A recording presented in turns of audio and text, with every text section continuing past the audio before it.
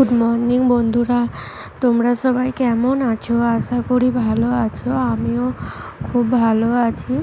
সোনু পূজার লাইফস্টাইলে সবাইকে ওয়েলকাম। আর ছোটদের ভালোবাসা, বড়দের প্রণাম নিয়ে আমি ভিডিওটা শুরু করছি। যে আমার সাথে এত বড় দুর্ঘটনা ঘটেছে আমি আশা করিনি, আমি ভাবতে পারিনি যে আমার সাথে এত বড় ঘটনা ঘটে যাবে। আর ঠাকুরের রাখায় আজকে আমি ভালো আছি, সুস্থ আছি। আর হাতে লেগেছে, এক সাইডটা লেগেছিলো, প্রচুর ঘাড়ে ব্যথা ছিল। এখন আমি একটু ভালো আছি, তাই আমি ভিডিওটা দিচ্ছি। কদিন আমি ভিডিও দিতে পারিনি। আর আমার হাজব্যান্ড তো বাড়িতে নেই, বাইরে আছে। আর একা হাতে সব কিছু করাটা আমার পক্ষে সম্ভব হচ্ছে না। আমার তো কিছুই ভালো লাগছে না। আমি একটা মেয়ে হয়ে কী করব? তাও চেষ্টা করছি, যতটা করার ততটা করছি। আমার বাড়ির থেকে আমার দাদারা আসবে, আর আমার ছাদেরও এখন কাজ শুরু করব 2 দিন পর। এখন আমি একা হাতে এত সব করতে পারছি না।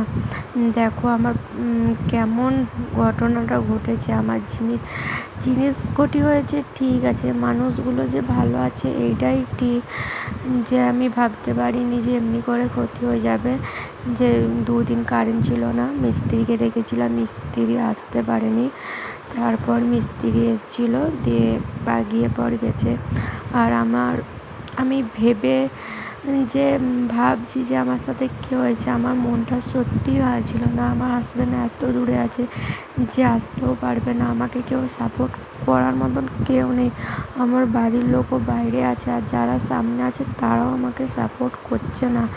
তাহলে কি করব? আর মানুষ যদি বিপদে এসে পাশে না দাঁড়ায়, তাহলে মানুষ নিজের আত্মীয় বলেছে কেন?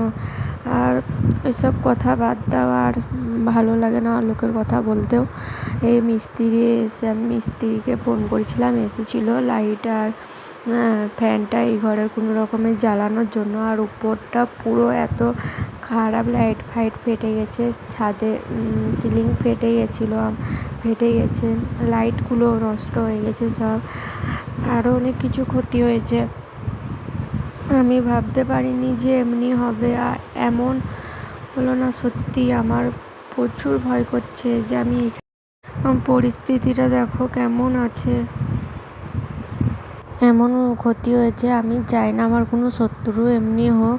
ভিডিওটা আমি এইখানেই এন্ড করছি। যদি আমার ভিডিও তোমাদের ভালো লাগে, লাইক শেয়ার সাবস্ক্রাইব করে দেবে, আমার পাশে থেকো। আর আমি ভিডিও আনবো, একটু দেরি হবে, আমার বাড়িতে একটু কাজ চলছে, ওই কারণে ভিডিওটা আনতে আমার একটু দেরি হবে। বাই বাই বন্ধুরা।